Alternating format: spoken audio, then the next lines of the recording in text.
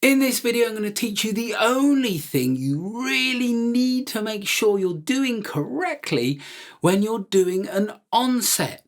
Cool? So you probably know about onsets already, but there are so many videos out there that neglect the most important element. And I believe that's because they're teaching you from a perspective of teaching you one-on-one, or maybe they just don't even know this top little tip.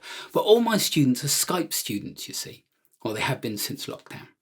So I've had to come up with little ingenious tips and little tools that my students can use to make sure they're on the right track. So I thought I'd share that with you today because it is super cool. And as you're teaching yourself to sing, it's super important you know it. So before I show you this top tip, this amazing tool that all my students use to make sure they get their onsets just right, what are the three main onsets? We have the simultaneous onset, so that's where the breathing and the vocal folds come together at the same time. Now I'm only quickly going over these to make sure that you're aware of, yeah, I've got those still. If you haven't, there are a million videos on YouTube already going over these in more than enough detail, but they miss this super powerful tool.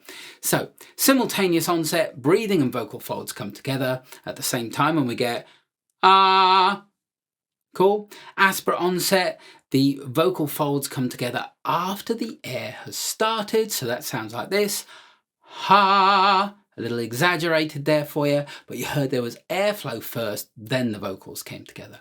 The third main one is the glottal onset. So the vocals are together first and then the air comes up to them. So you get this. Ah. Cool.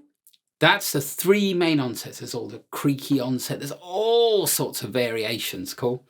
But what we want to know is how can we make sure that we're doing those onsets safely and correctly? Now, here's the thing. Before each one of those onsets starts, there is a moment. So remember, an onset is the moment sound starts. So what happens before the sound starts? The body has to set up correctly to make that sound.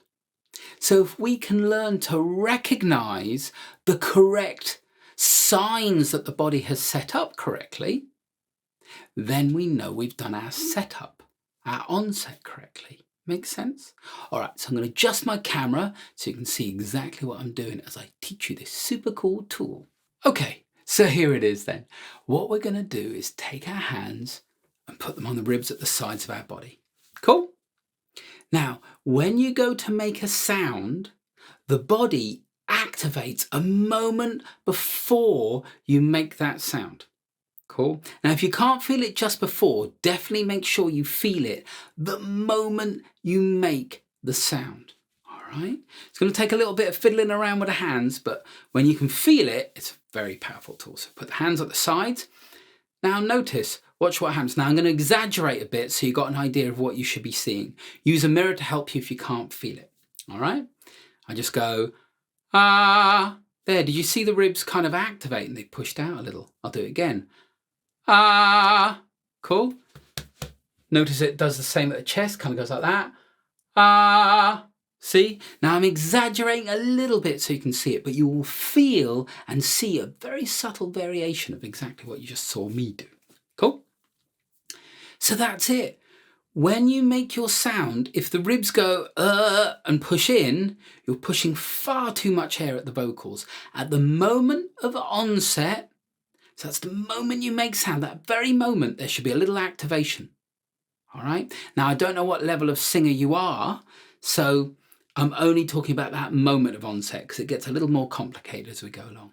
But what you now have is a tool that you can use to tell you whether you're starting whatever type of onset. So simultaneous, aspirate, glottal, the raspy onset, or the what do they call it? The vocal fry onset. There's all these variations.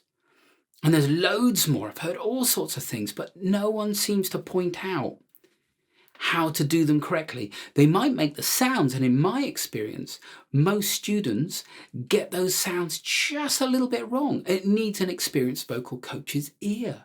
Well, if you haven't got that, this is the second best thing. If it's, in fact, it's as good. Cool? Just noticing, there it is. You should feel it stays active for quite a while. All right. Now, here's another top tip for you. You should really spend some time learning to recognize what an open throat is as well. And it needs correct posture, correct support, a good inhale to comfortably full. All those elements need to be in place for a really good onset. And of course, the mind, you need to be able to focus in exactly the right place and know what you're looking for. Your body is giving you the signals. All you got to do is learn how to interpret them. Cool? All right, so I hope you found this lesson really helpful for you. So any onset, this works exactly the same.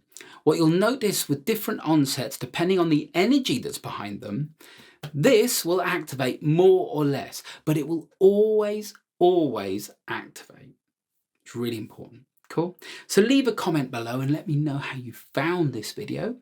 Also, give it a thumbs up, and why not subscribe?